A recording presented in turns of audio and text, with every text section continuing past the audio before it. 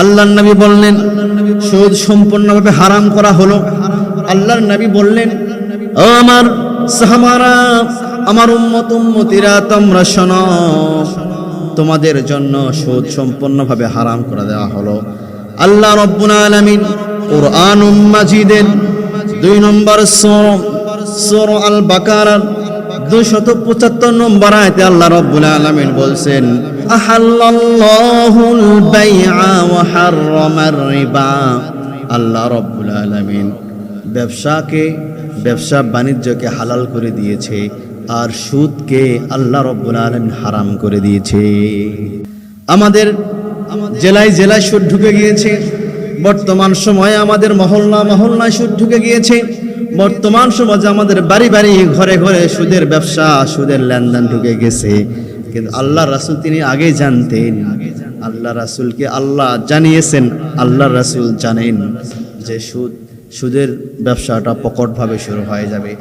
এজন্য আল্লাহর নবী বলছেন সুদকে সম্পূর্ণভাবে হারাম করে দেওয়া হলো। আল্লাহ রাব্বুল আলামিন কোরআনুল মাজিদের মধ্যে বলছেন, ওয়া হাল্লাল্লাহুল বাইআ ওয়া হাররামার রিবা। ব্যবসা বাণিজ্যকে হালাল করা হলো, আর সুদকে হারাম করলাম। আমার প্রিয় ভাইয়েরা, শুধু তাই নয়, পৃথিবীর শুরু থেকে নিয়ে হযরত ঈসা রুহুল্লাহ মুহাম্মদ সাল্লাল্লাহু আলাইহি ওয়াসাল্লাম পর্যন্ত ম্যাক্সিমাম নবী, ম্যাক্সিমাম রাসূলগণ তারা ব্যবসা করেছেন, তারা বাণিজ্য করেছেন, কিন্তু সুদের সঙ্গে জড়িত হন নাই। এই সুদের ব্যবসা সর্বপ্রথম যিনি সৃষ্টি করেছে সেটা হলো ফেরাউনের ব্যবসা, হচ্ছে সুদের ব্যবসা। ফেরাউনের ব্যবসা হচ্ছে সুদের ব্যবসা। আমরা যারা সুদের ব্যবসার সঙ্গে যারা জড়িত আছি, বুঝে নিতে হবে আমরা ফেরাউনের ব্যবসার সঙ্গে আমরা জড়িত আছি।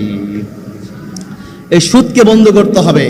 সুদ আমাদের পরিবারকে ধ্বংস করে দেয়, এই সুদ আমাদের গ্রামকে ধ্বংস করে, এই সুদ আমাদের জেলাকে ধ্বংস করে, এই সুদ আমাদের রাজধানীকে ধ্বংস করবে, এই সুদ আমাদের গোটা বাংলার ভূখণ্ডকে ধ্বংস করে দেবে।